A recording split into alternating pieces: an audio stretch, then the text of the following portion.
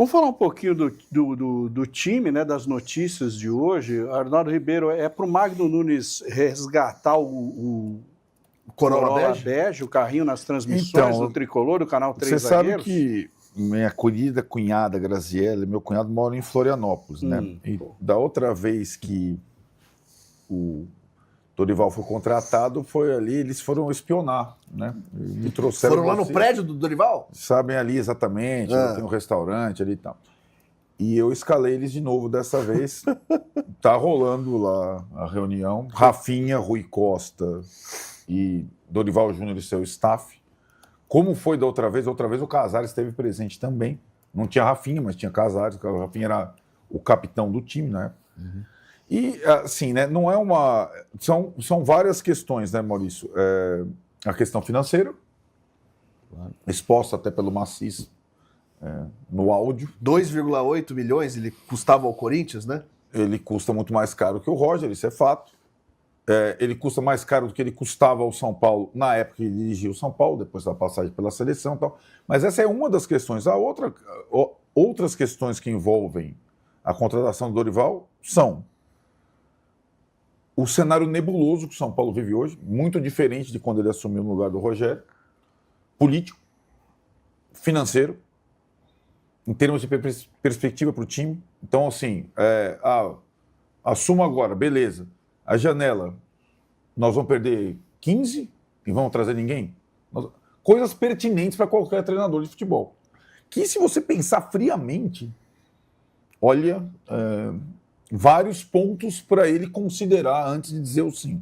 Agora, me parece que ter dado um sim inicial para a rodada de negociações presencialmente em Florianópolis é um indício que ele esteja disposto a voltar a pilotar o Corolla Bege. Ter deixado o São Paulo na mão pode ter um peso nisso? Na seleção, né? Então, para ir para a seleção? Eu acho que evidentemente sim. Embora nenhum técnico brasileiro tenha recusado a seleção brasileira só em algumas circunstâncias específicas. Sininho no São Paulo, Muricy no Fluminense, lá quando o Ricardo Teixeira chamou ele no campo de golfe. Ninguém recusou a seleção brasileira nenhuma, nunca. Eu não acho que ele tenha exatamente deixado na mão, mas eu acho que isso pesa na decisão dele. Ele não foi mandado embora do São Paulo, né? Não, ele deixou o São Paulo. Na mão ele deixou. Peraí, mas pesa na hora de falar assim, ele deixou. Eu entendo que o São Paulo, eu tenho uma dívida com o São Paulo, vou abaixar um pouquinho aqui minha pedida. E ele não é só ele nisso, é com o filho dele, o Lucas Silvestre, que esteve nessa cadeira também, é São Paulino. Sim, o Maurício já está também entregando... Olha o Maurício já vai buscar no aeroporto. Ele falou aqui. Ele falou. Sim, não, mas ele falou mesmo. Eu acho que pesam essas coisas. E sinceramente, acho que a sinalização positiva dele não acho que qualquer técnico assumiria o São Paulo nessa altura, não. Nesse momento atual, eu acho que é um bom sinal da parte dele. Enfim, vamos ver. E aí também a gente tem que ver que se depois... Outra coisa que o Dorival está perguntando agora na nossa apuração. Você está me contratando, você vai ficar amanhã? Você está me levando para São Paulo, e aí, como é que é? Né? Quem vai ser meu chefe? O Macis vai ser ou não necessariamente? O Rui Costa vai ser ou não necessariamente? O Rafinha vai... É difícil dizer um sim nesse momento, né? Mas as conversas estão acontecendo. No campo Fluminense, você vai ter que dar palpite daqui a pouco, Eduardo. Nós estamos errando todos. Você vai ter que mas eu queria ouvir do Eduardo. Sim, mas no campo. O São Paulo vai ser dirigido contra o Fluminense pelo Milton Cruz. Aí, ó. Um dos auxiliares do Roger ficou na comissão permanente. Essa é a novidade. Ah, é? E que foi contratado. Não foi demitido, no caso. Não. Isso, porque o São Paulo tinha também uma comissão permanente desfalcada por todas as coisas que aconteceram. Alan Barcelos foi para o Fluminense, foi para o Palmeiras. Alan Barcelos não era nem da comissão permanente, enfim, mas um dos auxiliares do Roger deu treino com o Milton, treino só de regenerativo. Todos os jogadores do São Paulo tiveram que falar com a Independente na porta do CT, liderados pelo Caleri, tomaram um sabão lá, não tinha nenhum diretor, os dois estavam em Florianópolis. Isso tudo acontecendo, meu Deus, nesta quinta-feira.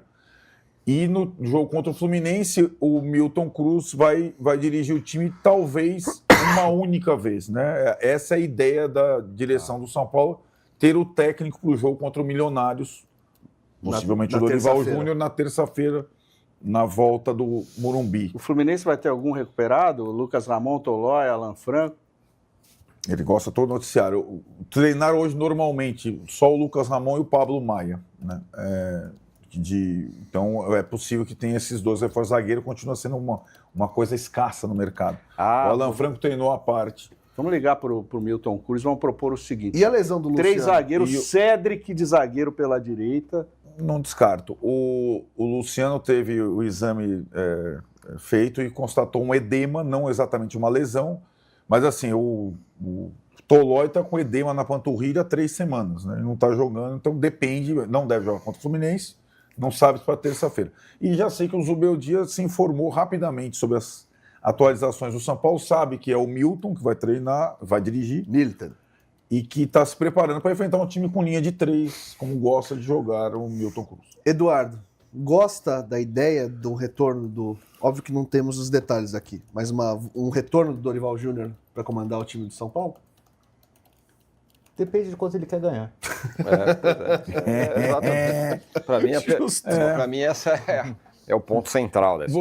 Vocês acreditam que essa faixa, vocês acham que faz sentido esse raciocínio? Se ele topasse ganhar o que ele ganhava no São Paulo antes de ir para a seleção, seria uma pedida justa? Porque do São Paulo para agora... Teve uma evolução. Ele foi bastante, né? Da seleção pro Corinthians, ele ganhava bem mais do que ele ganhava no São Paulo, né? Por conta da valorização pela passagem na seleção. Que deveria, ele voltar na verdade, deveria diminuir, né? Aliás, sobre isso. Passagem. Sim, mas vamos que a reforma fosse aprovada e tudo mais, agora está nessa iminência aí de contratar o Dorival, vai Dorival. O Conselho olharia, olha... O currículo? Com esse valor aqui não dá para contratar. Sim. Não. O Conselho seria informado 7 dias depois do contrato que o contrato celebrado, quais eram as condições que ele foi, quais foram, né? Sim, as condições a partir daí ele pode falar, olha, 3 milhões para um clube que está devendo 1 bilhão não vai dar. Aí, não deveria poder. Não, porque o contrato já foi celebrado. Sim, ele ia comparar com o orçamento e ia falar, olha, o orçamento que a gente tinha era esse, você estourou, vai ter que ajustar em algum lugar ao longo do ano. Então nesse caso, vamos supor que tivesse tudo valendo, para o Maciz assinar um contrato desse, ele ia pensar um pouco mais. Então, exatamente, esse é o nível de controle que a gente imagina, né? Perfeito. Porque hoje... Até tu falei, ele pode falar, o time não tem dinheiro ontem e hoje contratar o cara pelo mesmo valor. Pois é.